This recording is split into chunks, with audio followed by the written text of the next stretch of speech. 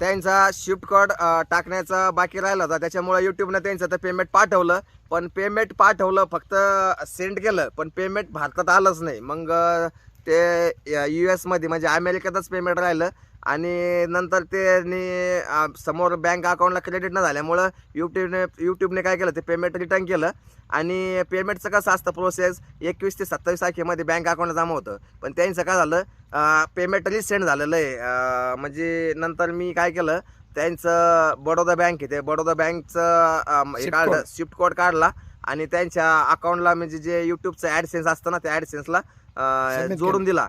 मग त्याच्यानंतर त्यांचं पेमेंट 15 ते म्हणजे सॉरी 12-13 ते 15 तारखेच्या दरम्यानमध्ये रिटर्न पेमेंट आलं. आणि त्यांना बँकेचा स्वतःहून कॉल आला आणि सांगितलं की तुम्ही या, तुमचं पेमेंट होल्ड करून ठेवलेलं आहे.